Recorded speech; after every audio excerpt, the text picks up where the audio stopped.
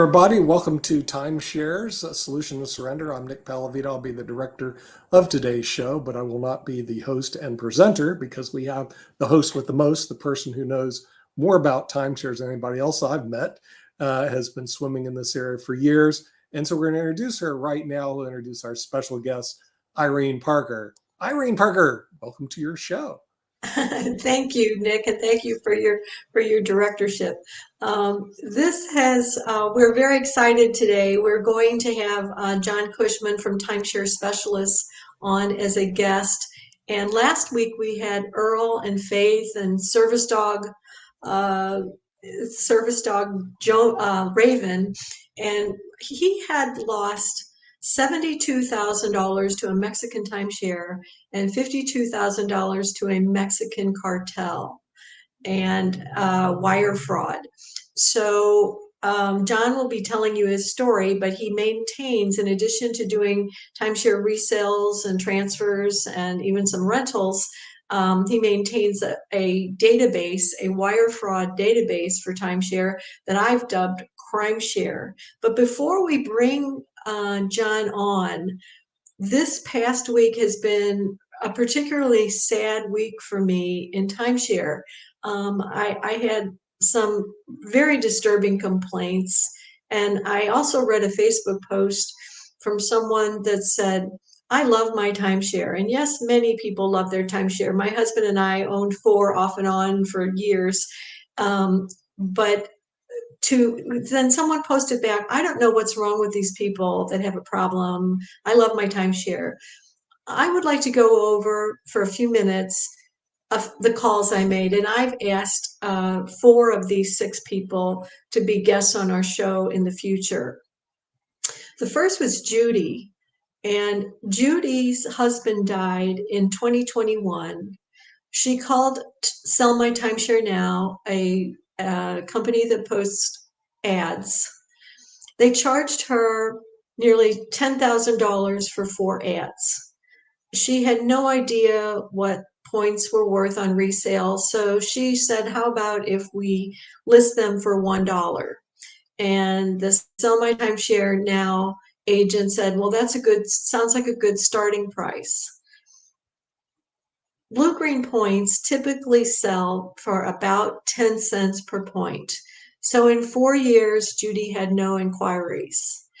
She was then enrolled by Sell My Timeshare Now in a maintenance fee protection program. So she paid them $10,000, and she did get $10,000 back in maintenance fees. But the problem was that maintenance fees increased, and worse, her Blue Green account got suspended, accusing her of commercial activities. Now, it's been very common knowledge that Blue Green has been suspending hundreds of accounts, and Sell My Timeshare Now, as timeshare experts, should have known that. If that wasn't bad enough, the maintenance protection people referred her to Strategis Realty, which I had never heard of. It looks like they're a legitimate company. They wanted to charge her $44,000 to help her be released from Blue Green, which they later came down to $23,000. Blue Green will take points back, charging 1.5 years maintenance fees, which in her case would have been about $15,000. On the same day, I received an attorney referred Judy, and I heard from Diane. This was even worse. Her husband had cancer in 2023. In May of 2023, while he was undergoing chemotherapy, they met with a Wyndham agent that said that their heirs would be liable for the points if they did not buy additional points. And that, of course, is not true. Every state has laws that will allow an heir to disclaim inheritances. And the agent asked her, she said, well, he's got cancer. It could be terminal. And I don't know if we can afford this. And he asked, are you Egyptian? No. Well, then you can't take your money with you. And I just feel the callousness of this is beyond belief. And then I had two people call me. One was a Westgate buyer who was considering bankruptcy. And an attorney explained that if your only problem is timeshare because it's worthless, it becomes an abandoned asset, and after 7 years you find out you still owe it. And she had been told that a Westgate mortgage is exactly the same as a home mortgage. So you won't have to pay that 17%. As soon as you get home, you contact your bank and get a timeshare mortgage and then pay that off before your first payment, which of course both banks said it's an installment loan, not a mortgage. So instead of 7%, she would have had to apply for a personal loan. And then I had a Holiday Inn club vacation with almost the exact same complaint where she couldn't refinance. Hers was even worse because they were told to go from an every other week to a every week by exchanging to points. So your maintenance fees will double because you're going to be vacationing every year instead of every other year. But instead of going from 450 to 900, they increased to 2000. They went to another presentation and the agent was horrified, saying, they didn't tell you that your maintenance fees would double every year. And he illustrated this. He would not even leave the paper on the table when he left the room because she wanted to take a screenshot of it. She has a security clearance. And then finally, we had another law firm had referred someone to us that was upsold by Wyndham, told to buy points to rent to offset your maintenance fees, and he did, and that's not feasible for most people. And I introduced him to another Wyndham sales agent who has just had their account suspended for commercial activity, despite the fact that her husband has Parkinson's, and they're letting friends, family, and even a community group use their points.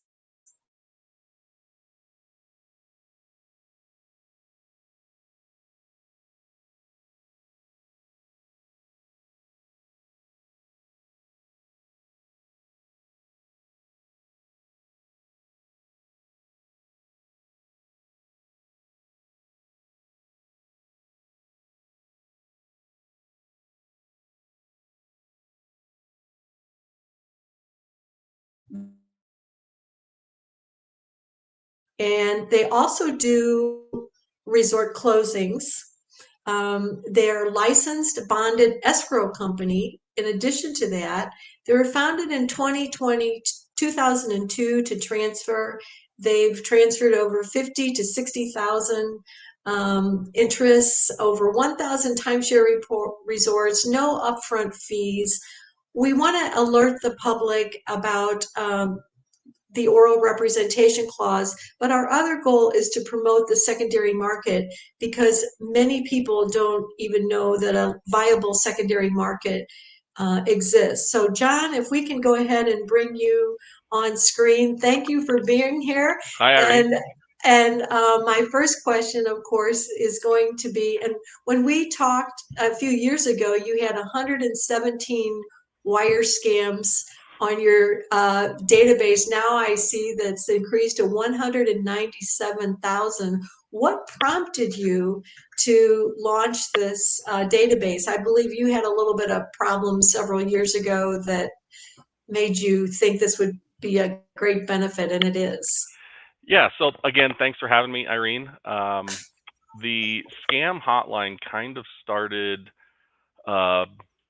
by accident. We had calls coming in from a handful of people claiming that our employees who worked remotely or at satellite offices were asking for Walmart Green Dot cards or some sort of prepayment for our services. And we'd answer those with, well, we don't have any remote employees. We don't have any offices outside of Bozeman, Montana. So there was 2 people out of Florida, I believe Destin and Tampa, who were claiming to be our employees scamming people. So we put a little blurb on our site saying if you're contacted by someone claiming to be an employee, to give us a call so we can get to the bottom of it, because we don't have any employees outside of Montana. So we'd get calls from people who were going through a different sort of scam, and they just wanted to hear it from someone else that, is this a legitimate transaction? And am I being scammed? So the scam hotline formed by chance. We started cataloging all the scams in the hopes that other people would find our catalog of these scams before wiring money or before falling victim to these scams.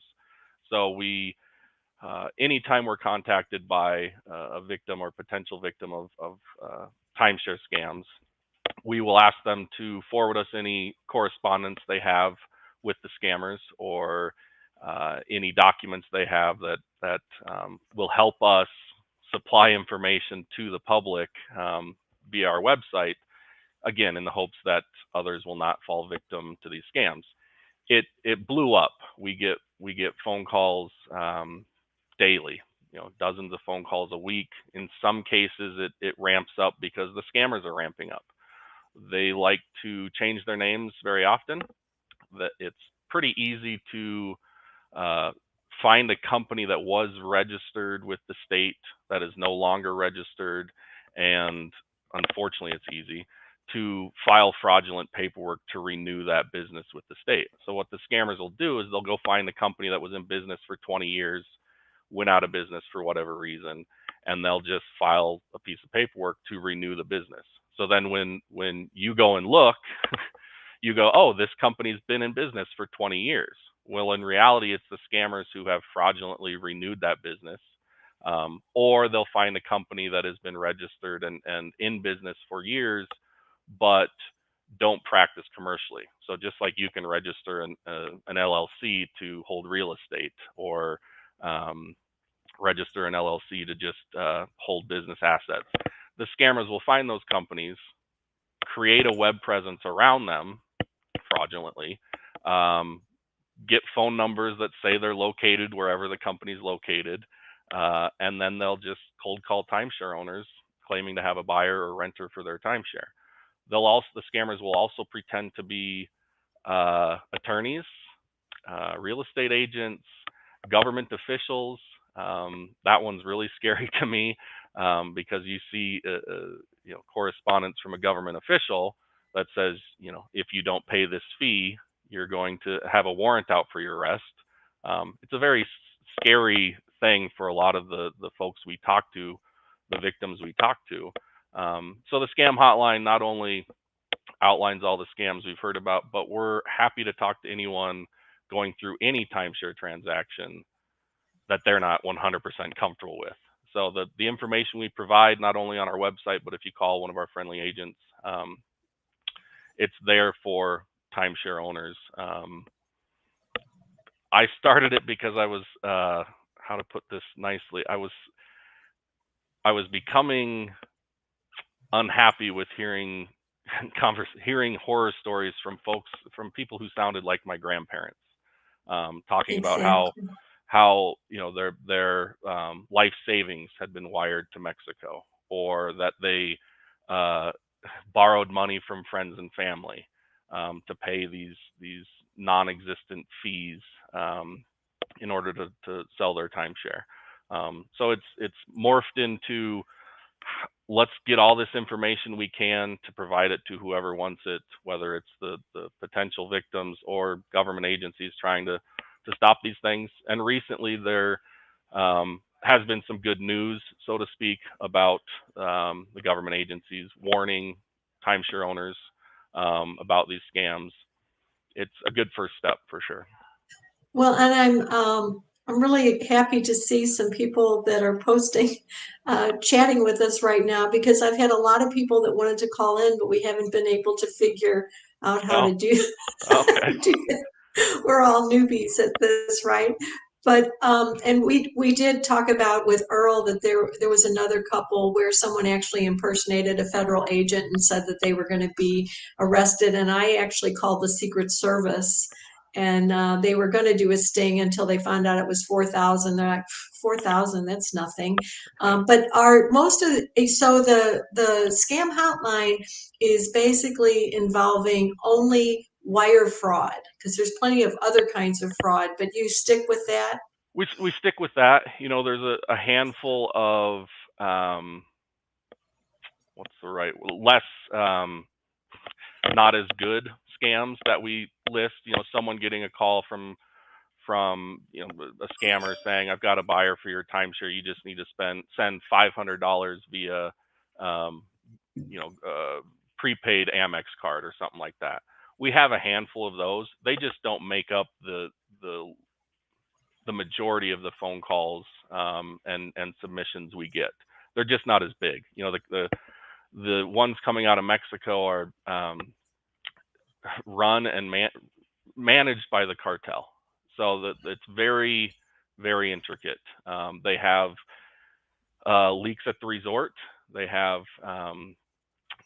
leaks at the police. Leaks. The scammers have their foot in the door with the resort, with the local police force, with the local banks. I got a call probably 6 years ago now from Mexico from a guy who was working at the scam, and he told me it was his second day on the job, so to speak, and he quit. His conscience got the better of him, is how he explained it to me. But he told me everything, basically. He said he was playing cards with a colleague. He went down to Mexico to become a timeshare salesperson in Mexico. He was his heritage is Mexican. He was raised in the U.S., so his English was good, which is what the resorts look for salespeople. So he was working at a resort. The resort changed vacation clubs, so he no longer had a job. So he was talking with some colleagues, and they said, well, why don't you call so-and-so? He's got a phone room selling timeshares. So he started working there. He said the first day he was there was members of the police force and employees of the local bank who were meeting with the scam managers. The next day he said there was cartel member and someone else, drawing a blank, resort, bank, cartel, resort, bank, police, cartel. And he goes, they're all in on it. The bank employees, their job is to notify the scammers when the wire's been made, because it's a legitimate bank account, right? The money's being wired to a legitimate bank account. So that the employee at the bank is in charge of notifying the scammers, hey, the money's here, come get it out immediately. They're in charge of creating the fake documents or providing the documents so they can be forged. And if someone calls in, the scam victim, they're getting routed to that employee at the bank saying, oh no, the money's here, you're all set, it's all fine. So it's, the reason we stuck with mainly just the wire fraud is because that was the largest problem we saw. You know, when it's someone asking for $500 via prepaid American Express versus you only need to wire this second 100,000 and your $1 million will be in the bank or in the mail soon. That one seems to be a bit more, not important, but helpful to stop or try to stop, is those larger ones. There's also money wired to the Dominican Republic. And other than Mexico and the Dominican Republic, is there any other countries? I've seen a handful in other Caribbean countries. Dominican sticks out though. I haven't seen anything to outside of the Caribbean or Mexico. I just don't see that a whole lot. I'm trying to recall what other Caribbean country or island, but it's just not coming to me. But 90% of it's Mexico. Right, and we have $40 million with the cartel that's been published, but that is the tip of the iceberg, because a lot of people are embarrassed and they don't And also, I received a call from a Canadian banker when seniors came in and wanted to wire money to the Dominican Republic. When they told me the name of the agent, I knew that agent. They were in the organization that you used to be involved with. They had actually stolen her BBB profile. Yeah. So and she was completely unaware of it. So we were able to jump on that. Now, while we have you here, I want to shift gears for a moment because most of our viewers are interested in their particular timeshare and what the resale market, what the rental restrictions are. And there's a couple things on your website that raised my attention, and one of them was that whenever I hear the word guarantee, I hear a red flag. Hmm. That I've thought that there is no such thing as a guaranteed transfer. And one of the most complaints I get is from Westgate, and I've not met a licensed broker that will accept a Westgate listing because of the obstacles and the delays. I do know they will work with Fidelity, but if Westgate doesn't accept a transfer from person A to person B, are you still able to accomplish that? We don't work with Westgate, so I don't offer a guarantee for Westgate. The guarantee is, one, we don't charge any fees up front for our services, so we're not offering a money back guarantee. The resorts we do work with, I guarantee to get it out of the client's name. If I can't find a new owner who's willing to take over the ownership or buy it for $1, I will take over the ownership, continue paying the maintenance fees, use it or rent it until I find someone who wants to take over the ownership, continue paying the maintenance fees, and use it. I don't take over a whole lot of ownerships because I stay on top of the marketplace. Where if it's a resort I know is going to be uh, difficult or lengthy to find a buyer, a new owner, I won't offer our guaranteed service for it. So we only offer guaranteed services to transfer services to individuals who own at resorts we know we can work with. Okay, and there are two resorts that don't foreclose. I'm told attorneys have told me this. There's a Hickory Hills in Mississippi. They lost their gold RCI status, and I think they closed their golf course. They may be on their way out. And Tahiti Village Soleil Management, and hoping that you'll pass away and your children will not know that they have a period of time to disclaim that inheritance. But do you know, are you aware of that, or do you know any others that are just so Hotel California you can check out, but you can never leave? Yeah, there are plenty of resorts that do not foreclose. The biggest reason is they don't have the uh, financial ability to do so. So the cost to foreclose is not attainable by the HOA. Most of the resorts that have that issue of not foreclosing is because they're not able to. They don't have the funds to. So the options are stop being a timeshare resort or do a big special assessment to get the funds in so they can foreclose, so they can do something else with that inventory that's been foreclosed on, whether it's resell it or rent it out to the general public.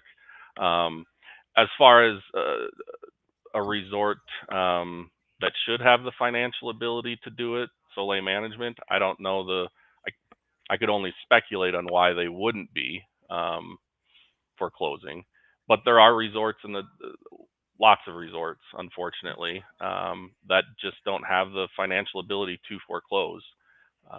And their options are rock and a hard place. You know, they can do a special assessment, which unfortunately, those type of resorts, that's just going to typically drive more owners to stop paying their maintenance fees. Not something we advise, but unfortunately, it's sometimes the only thing the only option some timeshare owners have. Um, again, as far as other resorts, naming them, I couldn't name them off the top of my head, but I do know, based on the calls we get from timeshare owners saying, I haven't paid my maintenance fees in 10 years, but I still get a bill. Well, shouldn't they have foreclosed on me by now? They should have if they could. It's unfortunate that resorts don't have that ability, but that's what it boils down to. They just don't have the money to do so. And so we're not talking about just one resort. We're talking about there's a lot of inventory that they're trying to exit out of. On my list of people that I think, let's start with the biggest one, John. Wyndham versus Wyndham Worldmark. Do you sell Wyndham? Do you market in Wyndham points on resale? And what would it cost from the developer? And what would the resale value be? Sure. So we sell Wyndham points, Wyndham non-deeded points, and Wyndham deeded points, and Worldmark by Wyndham. Worldmark by Wyndham is also a non-deeded ownership type. The Worldmark credits, as they're called, not points, they sell for between, right now, 15 and 25 cents a credit. The higher end is going to be for a contract that's a larger contract, more points. Wyndham points, they're unique because you can own a deed at a specific resort, or you can own non-deeded points. The maintenance fees are based on your home resort if you're a deeded owner, and if you're non-deeded, then every non-deeded owner has the same maintenance fees.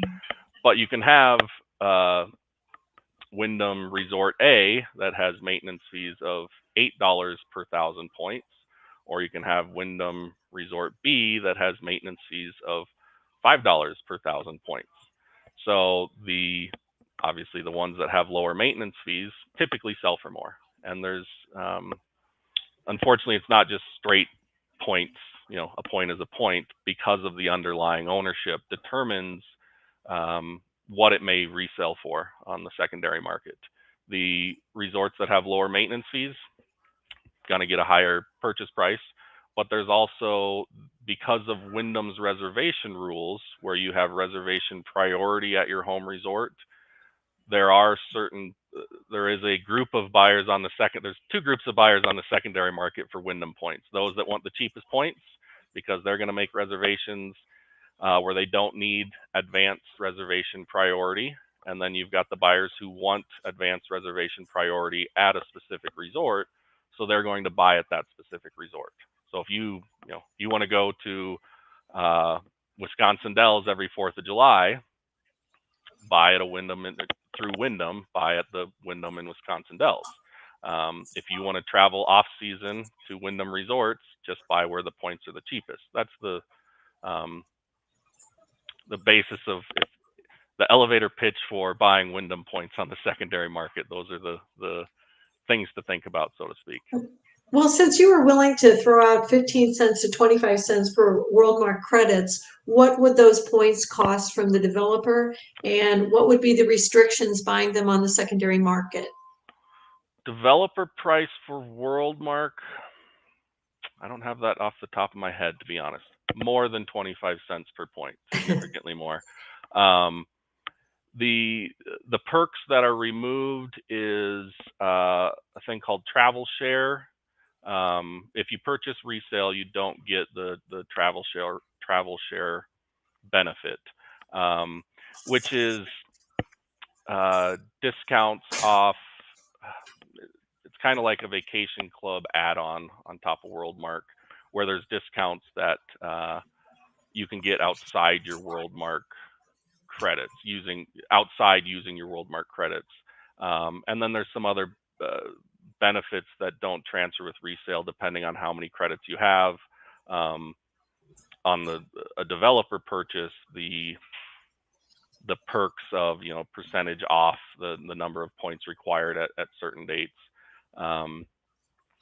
So as far as the meat and potatoes of the WorldMark ownership, nothing's lost on the secondary market purchase. As far as the meat and potatoes, using the credits to book accommodations, the resale credits and developer credits are not treated any differently as far as how the credits are used. And in the thousands of timeshare owners I've talked to in the 17 years, I can count on one hand how many knew about the secondary market and then went and purchased at the developer for the developer benefits. A handful of people out of the thousands I've talked to over the years saw the value in the benefits they received from a developer purchase. It just doesn't happen a whole lot. Yeah. Well, and I am aware that Marriott, if you buy points, their trust points from the developer, they're $16 to $18. Where if you buy resale, they're $6 to $7. The seller is going to receive $3 to $3.50, but Marriott adds on an extra $3 per point. And there are very few benefits that are lost with Marriott. Zero. Unlike Diamond Resorts, if you buy, unless they've changed it, I don't think they have. If I buy 20,000 points from you, I have to buy 10,000 points from Diamond to clean those points to be able to join the club. And that brings us to probably the most confusion that's happened in many years is Hilton Grand Vacations buying Diamond Resorts and Blue Green. And the Diamond points, they call them a trust product, but I talked to an attorney who said they're really not. The real estate is in a trust, but the points are issued by the developer. And people are confusing, they're just lumping them all together. I have Hilton points when they're really buying U.S. collection points, which is what they used to be Diamond U.S. collection, now they're U.S. collection. Are you receiving phone calls from this, and are you also finding some confused callers between Blue Green Diamond and Hilton? Some confused callers would be an understatement. Yes, many confused callers. I want to take one step back though to the Marriott. Marriott points purchased on the secondary market are treated exactly the same as if you purchased directly from Marriott. So that's the decision they made when they started selling the points product, Marriott. Back to Hilton, Diamond, and Blue Green. The confusion is it's hard for an individual owner to know what they have when the person selling it to them doesn't know exactly what it is. Partially because on the secondary market, they're not told what it'll become on the secondary market, right? And that just isn't a conversation that a salesperson at a resort will typically have with a first-time purchaser at the resort. They're not, again, the average timeshare purchaser, their first purchase is not thinking 5, 10, 15, 20 years down the road, what is this when I'm done using it? So it's just not a topic that comes up often anyways. But the essentially Hilton bought Diamond and Blue Green so they could upgrade each other. So you get a Hilton owner who was previously Hilton Grand Vacations, and now there's the HGV Max program. Well, if you want access to HGV Max, you've got to upgrade. Same thing with what was previously a Diamond owner. In order to have access to the Hilton resorts, you've got to upgrade to the new HGV Max program. And HGV Max is essentially a internal exchange company for Hilton and what was previously Diamond owners. So at 6 months out, they can use the others. They have access to the others' resorts.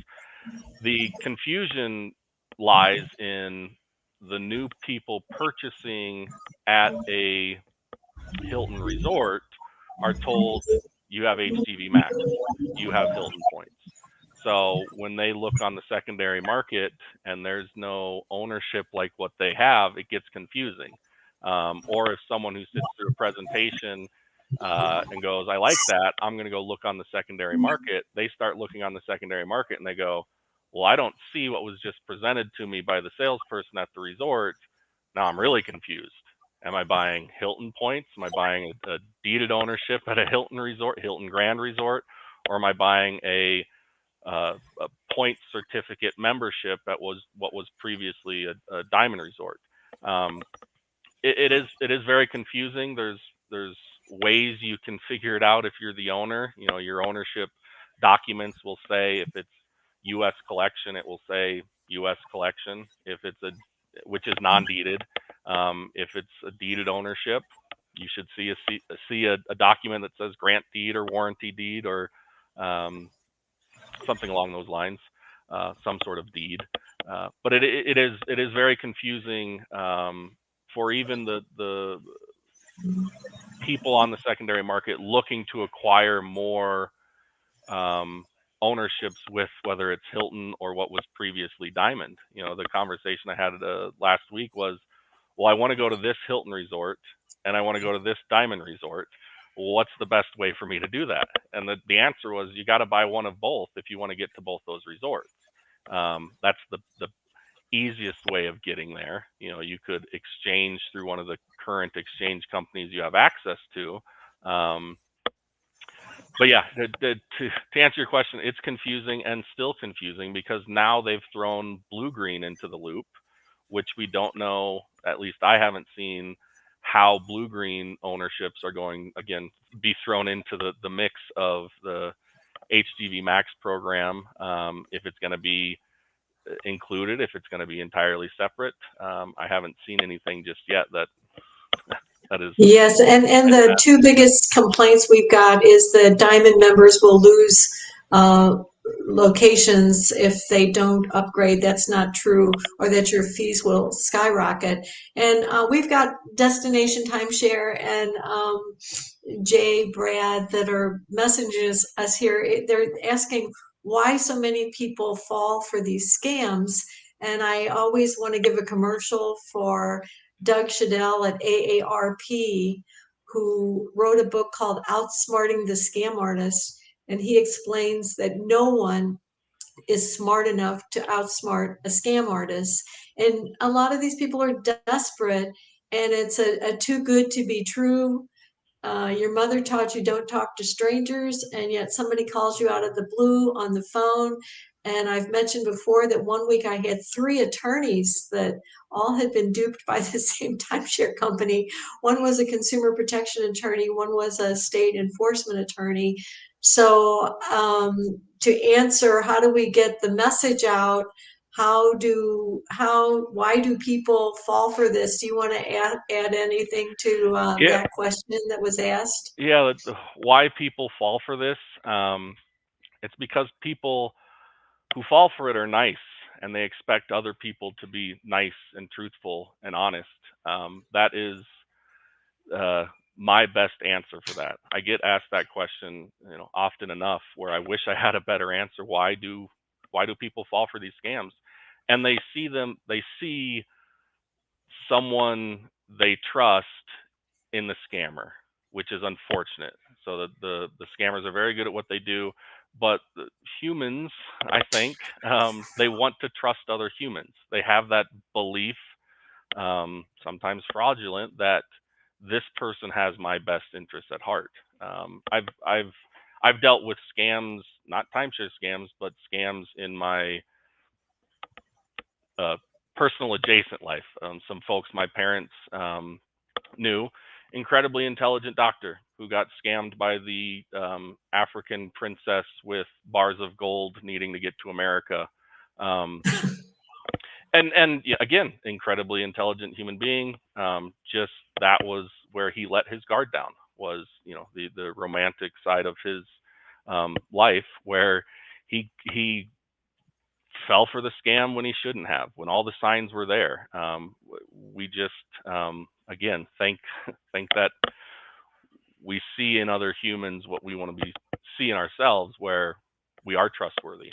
Well, and Destination Timeshare, I saw just asked about mentioned Lemon Juice Capital, and I'm familiar with them. We have Ron Roberts, Sage Marketing, I believe.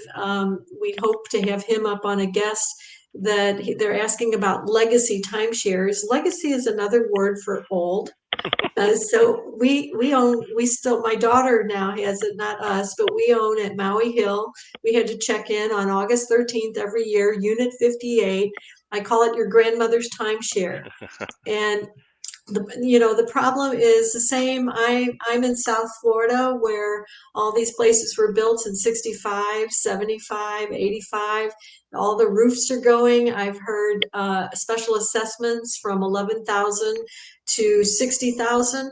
The one recently I just heard yesterday, 24,000. So for the same reason as residential markets, you also have the increased expense of keeping up with what they call legacy resorts.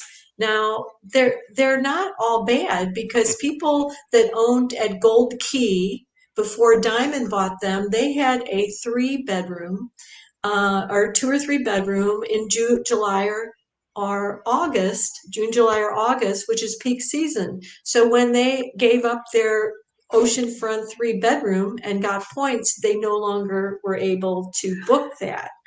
So a lot of it is availability. Now, I have heard periodically of, and actually Wyndham, Carriage Hills and Carriage Ridge in Ontario, I was part of that effort where they converted those legacy resorts to, well, that was owned by Wyndham. It was originally Carriage and Shell Vacation, but they were converted to whole use condos. Are you seeing more of that as well? I am. There's more of that happening than ever before, and it's a good thing in my opinion. Those resorts, their options are to continue being a timeshare resort with large special assessments, to convert to full ownership, or to convert to full ownership something other than vacation. And the reason I say it's good is because the owners that are in that situation, if the resort converts into full ownership, the owners can still go and use it if it converts back to just a non-timeshare resort. It's a good option. Better than a special assessment, in my opinion. Why pay a special assessment for a resort that is going to take $10,000 to get up to spec when you can go down the road to one that is up to spec already without that. Well, and I also want to ask about a few others on my list, because I know I'm involved with some of the Facebook groups. One of them is Vacation Village, and I was surprised when I asked you about this before that there are vast differences in the number of points you get, but the maintenance fees are the same, and how that affects the resale market. So mostly the Vacation Village resales are $1 to maybe 2,000. How do you feel about Vacation Village properties like Parkway and a lot of complaints about Grandview, which is DM management, not allowing exits unless you're maybe on death's door? On Death Store. I think Vacation Village Daily Management has great resorts. I stayed at the Grandview back in February when I was in Las Vegas for the Super Bowl. I stayed at the Parkway property 4 or 5 years ago. The unfortunate part is the secondary market for their ownerships. There's just a lot of them out there, and the maintenance fees are based on the unit size and not necessarily the week or the number of Season. points. Yeah, the season, exactly. So Parkway, for example, has 3 seasons. We'll just go with low, medium, and high. And they sell 2-bedroom units, either annual or every other year. So you can get a 2-bedroom annual that has the most points. You can find that on the secondary market for $100. And you can find the lowest season 2-bedroom that has the lowest number of points with the same maintenance fees, incredibly difficult to give away even on the secondary market. Because it's a points ownership, just the underlying week, the person you're going to want to find to take that or to buy it from you is someone who already owns that week and wants to bring additional family members, or they own the week before, the week after, and want to go for 2 weeks. And those people are out there. They just can take, a while to sell or find a new owner. The non-hotel backed brands, the non-Wyndham, the non-Marriott, the non-Hilton, they just don't have as much interest on the secondary market, because even the prices for those name brand properties can be low. So if you have the option of buying a name brand property that has very similar maintenance fees to a non-name brand property just down the road, are you going to pay more for the name brand property even though you can get the other one for cheaper? The buyers on the secondary market, I like to say, are more educated in what they want or what they need out of a timeshare.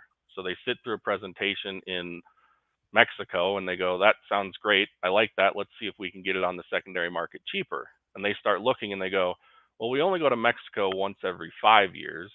We go to Colorado every winter. Let's start looking in Colorado for a timeshare. That buyer is more educated in what they want or what they need out of a timeshare. Whereas the sales presentations at the resort are own here and exchange all over the world. You never have to come stay here again.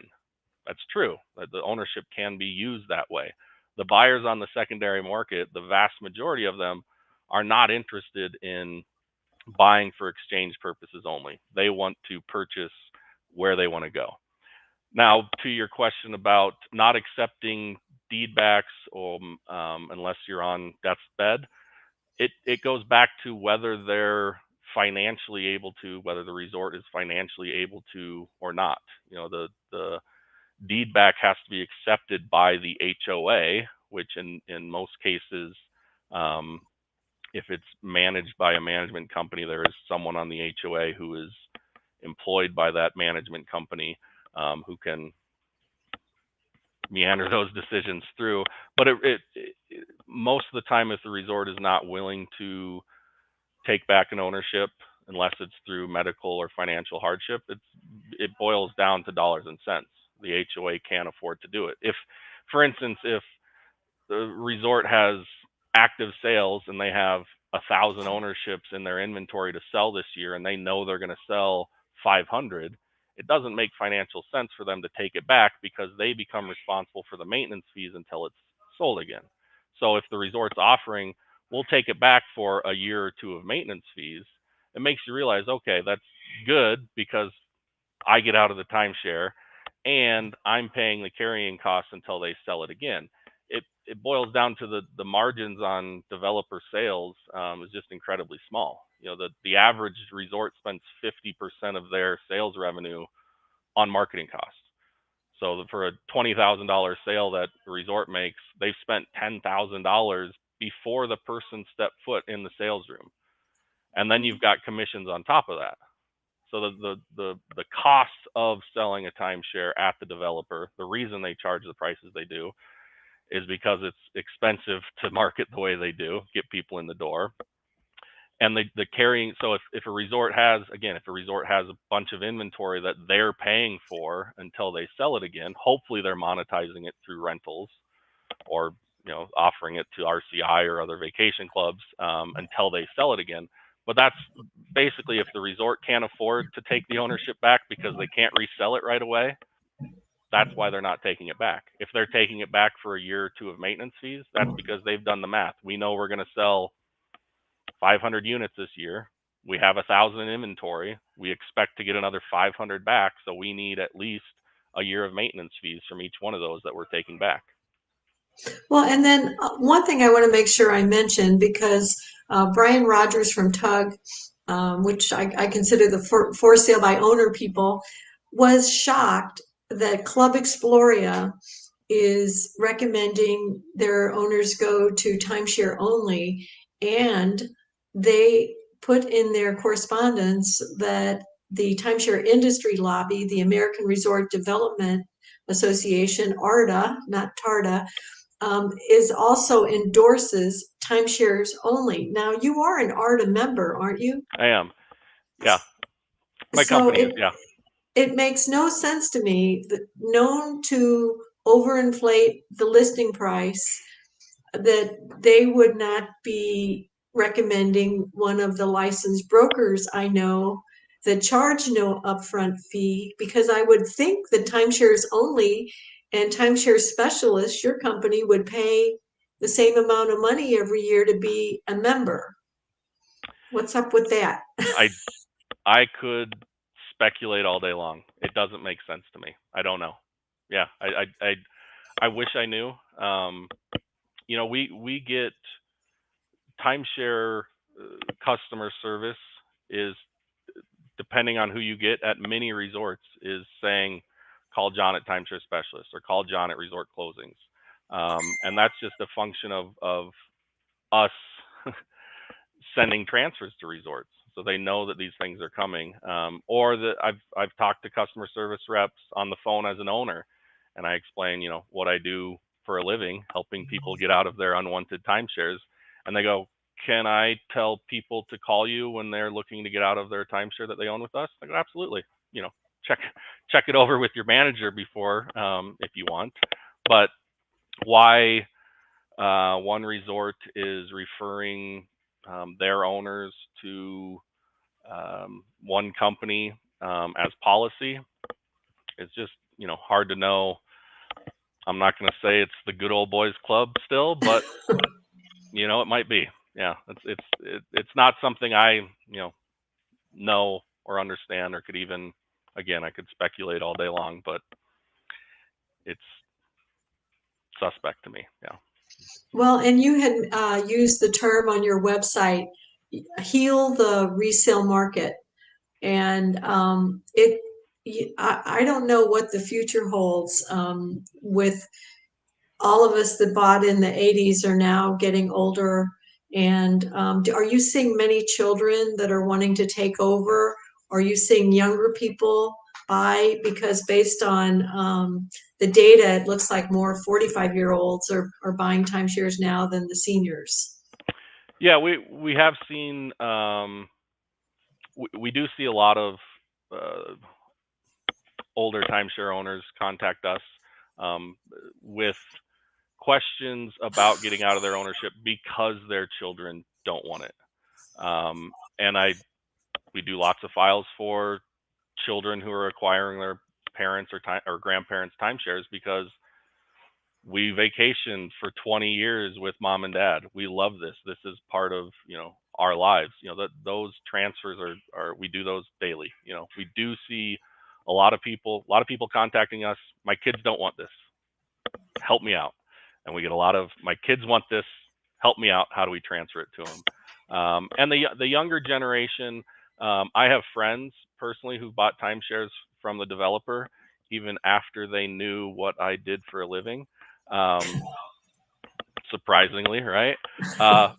But that one particular friend, he called me a couple weeks ago, said, "Hey, I need more points." I go, "Okay, but how many you want?" And that's because he is vacationing via timeshare. The product itself is great. You know that. It's just not great for everyone all the time.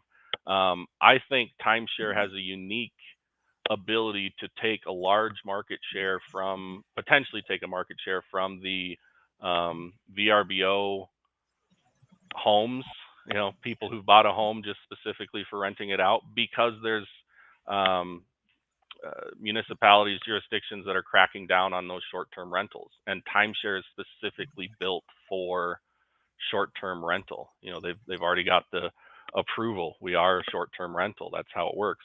Here in Bozeman, for example, the city said, no more vacation rentals unless this and this and this and this and this are checked. So timeshare has the ability to take up that market share of people who would normally, rent from VRBO. Well, we're going to this place that doesn't allow them, but guess what? They got a ton of timeshares.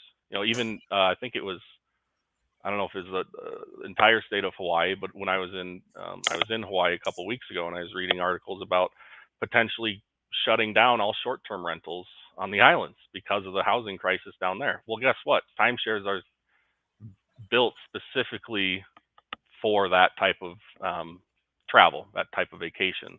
Um, so I think there'll be more resorts unwinding being a timeshare. I think there'll still be more consolidation or conglomeration between the large guys picking up the smaller HOAs to keep them alive. You talked about these legacy resorts that what are their options? Well, a good option is a larger resort system to pick them up and sell points against them. That sounds like I'm speaking for the developer, but that is a good way for these resorts to stay open. Is if they sell points in this system, the good weeks that they get more revenue from because they charge more points helps pay the maintenance on the low weeks.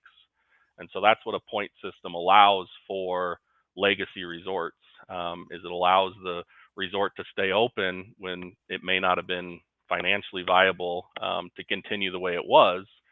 How do we fix that? And there's a lot of good. I think that there's good management companies, good developers realizing that that the way to keep these resorts open, because they are still great locations, great resorts, is by acquiring them and tweaking the product so it's more desirable for the new buyers.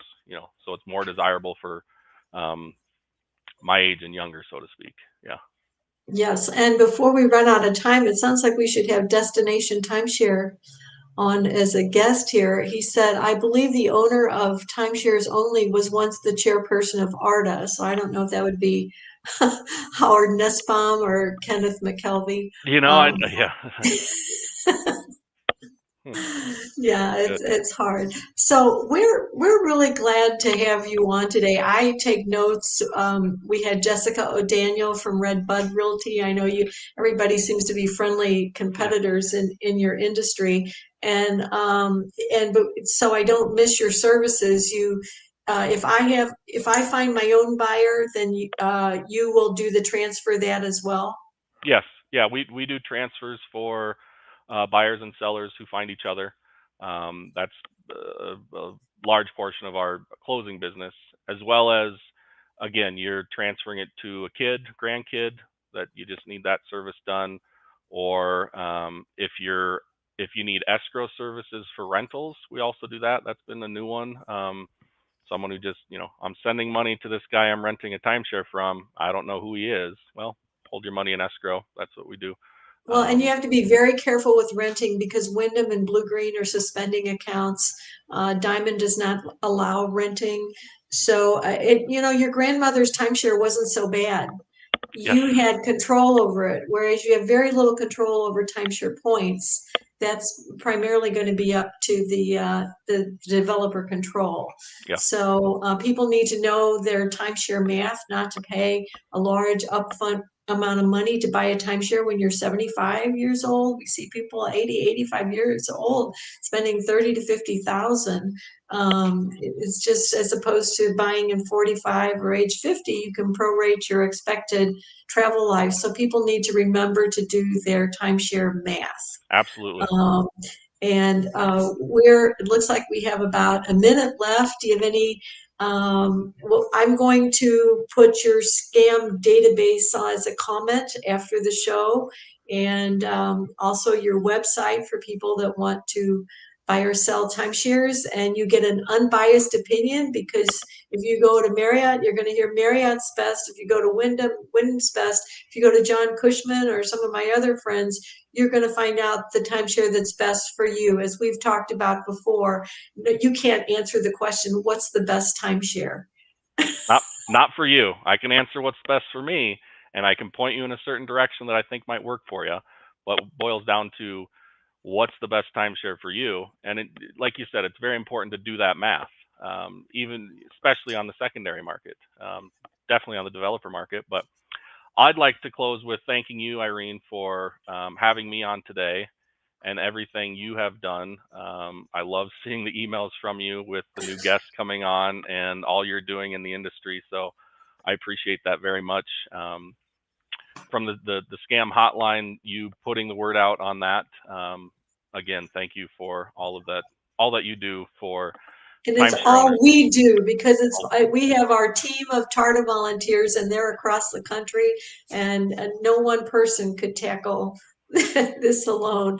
So we're really glad that you were with us today, and we look forward to Attorney Mike Finn is going to be joining us next week. We're always glad to have people from the industry.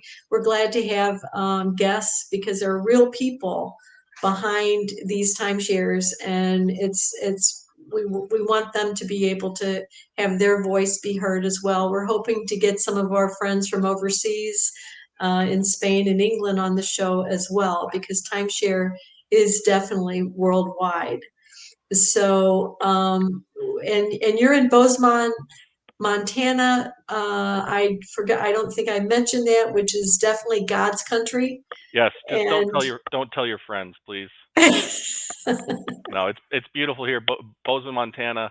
The companies have been here since their inception. We got a great staff, and yeah, I think we're supposed to get snow later today. So no. yeah, or tomorrow maybe, but it's coming. Yeah, late snow. So And are you born and bred Montana? I grew up in South Dakota, where I was born and raised. The Black Hills. I could see Mount Rushmore out of the backyard of my first cabin I remember living in. I got my start in the industry selling campground memberships in the Black Hills of South Dakota. So it's Well, and actually, I exchanged my timeshare on 4th of July, and so we were at a timeshare and we saw the Crazy Horse fireworks. yeah. Is it Crazy Horse? No. Yeah, well, the crazy horse probably doesn't have them on 4th of July, but Mount Rushmore does for sure. No, Yeah, no, it was on the 4th of July, and was the it? last firework was red. It said he was killed at a peace treaty. They stabbed him. So you have History. a Wow. lot of good Yeah. Yeah. experiences when you exchange your That's timeshare. right. And my husband and I twice exchanged our timeshare and bought a house and moved to where we had exchanged our timeshare. So I believe we should be out of time. I'm surprised we're still on stage. If Nick is behind the scenes to let us know, there he is. Yes, we are out of time. So I was just going to wrap it up here. And I guess we'll see everybody next week on Timeshare Solution or Surrender. In the meantime, the outro. Bye bye.